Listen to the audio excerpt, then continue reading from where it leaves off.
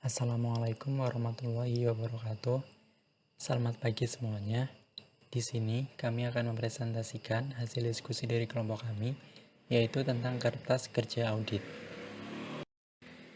Sebelumnya, kami dari kelompok 6 yang beranggotakan 1. Sulistyo Arini, NPM 1910104085. Yang kedua, Rizky Fauzi, NPM 1910104086. Yang ketiga, Dwi Rahma Vita, NPM 1910104082. Yang keempat, Amin Makmuro, NPM 1910104087. Definisi dan tujuan pembuatan kertas kerja audit. Kertas kerja adalah catatan-catatan yang diselenggarakan auditor mengenai prosedur audit yang ditempuhnya, pengujian yang dilakukannya, informasi yang diperolehnya, dan kesimpulan yang dibuatnya berkenaan dengan pelaksanaan audit. Tujuan pembuatan kertas kerja audit adalah: yang pertama, memberi dukungan yang prinsipal atas laporan audit. Yang kedua, sebagai alat untuk melakukan koordinasi, mengorganisasi, dan mengawasi pelaksanaan seluruh tahapan audit. Yang ketiga, bukti bahwa audit telah dilakukan sesuai standar auditing. Yang keempat, sebagai pedoman dalam pelaksanaan audit berikutnya.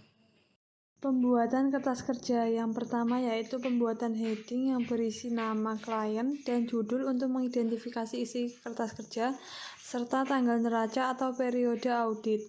Yang kedua yaitu nomor indeks yang dimaksudkan untuk memudahkan identifikasi dan referensi saling antar kertas kerja. Yang ketiga yaitu referensi silang, data dalam kertas kerja yang diambil dari kertas kerja lainnya atau yang digunakan dalam kertas kerja lain harus diberi referensi silang dengan nomor.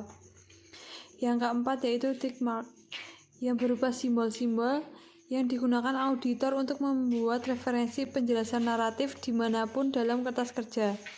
Yang kelima yaitu mencantuman tanda tangan pembuat maupun penelaah dan tanggal pembuatan serta penelaah.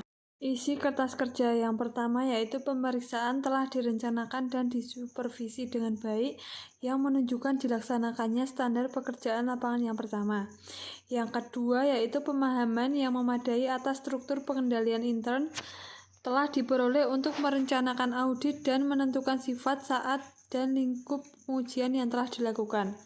Dan yang ketiga yaitu bukti audit telah diperoleh, prosedur pemeriksaan yang telah diterapkan, dan pengujian yang telah dilaksanakan yang memberikan bukti kompeten yang cukup sebagai dasar yang memadai untuk menyatakan pendapat atas laporan keuangan auditan yang menunjukkan dilaksanakannya standar pekerjaan lapangan yang ketiga. Baik, kali ini saya akan menjelaskan mengenai tipe kertas kerja. Kelompok kami telah merangkum 7 tipe kertas kerja yang ada di berbagai sumber untuk disajikan pada pertemuan kali ini. Yang pertama adalah program audit. Program audit merupakan daftar prosedur pemeriksaan elemen-elemen tertentu. Program ini berfungsi sebagai alat yang bermanfaat untuk menetapkan jadwal pelaksanaan dan pengawasan pekerjaan lapangan. Yang kedua adalah Working Trial Balance. Working Trial Balance adalah suatu daftar yang berisi saldo berbagai akun buku besar pada akhir tahun yang diaudit tahun sebelumnya. Kolom untuk penyesuaian dan pengklasifikasian kembali serta saldo setelah koreksi auditor akan dicantumkan dalam laporan keuangan auditan. Kemudian yang ketiga adalah ringkasan jurnal penyesuaian dan jurnal pengklasifikasian kembali. Ayat dianggap material oleh auditor dan diusulkan dalam kertas kerja harus ditunjukkan dalam ada 4 poin, yaitu poin pertama, schedule atau analisis dari setiap akun yang mempengaruhi. Poin kedua, setiap schedule utama yang dipengaruhi. Poin ketiga, ikhtisar terpisah penyesuaian dan ayat jurnal reklasifikasi yang diusulkan. Kemudian poin terakhir yaitu kertas kerja neraca saldo.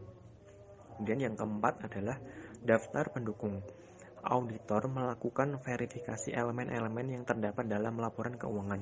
Dalam setiap elemen auditor mencantumkan metode verifikasi pertanyaan yang timbul serta jawabannya. Kemudian yang kelima adalah daftar utama. Daftar utama merupakan ringkasan akun-akun yang saling berkaitan. Kolom yang terdapat dalam daftar utama adalah sama dengan kolom yang terdapat di Working Trial Balance. Kemudian yang keenam adalah memorandum audit dan dokumentasi informasi penguat. Memorandum audit merupakan data tertulis yang disiapkan oleh auditor dalam bentuk naratif. Sedangkan dokumentasi informasi penguat meliputi pendokumentasian pengajuan pertanyaan mengenai rapat dan konten. Kemudian yang ketujuh dan terakhir adalah schedule dan analisis. Setiap schedule atau analisis seringkali menunjukkan komposisi saldo akun pada tanggal neraca. Schedule kertas kerja juga dapat menunjukkan perubahan pada satu atau lebih saldo akun terkait selama periode laporan keuangan. Susunan kertas kerja. Yang pertama, draft laporan audit. Yang kedua, laporan keuangan auditan. Yang ketiga, ringkasan informasi bagi penelah. Yang keempat, program audit. Yang kelima, laporan keuangan atas neraca lajur yang dibuat klien. Yang keenam, ringkasan jurnal penyesuaian. Yang ketujuh, working trial balance. Yang ke-8 daftar utama. Yang terakhir yang ke-9 daftar pendukung. Sekian dari presentasi kelompok kami. Bila ada kekurangan, mohon maaf.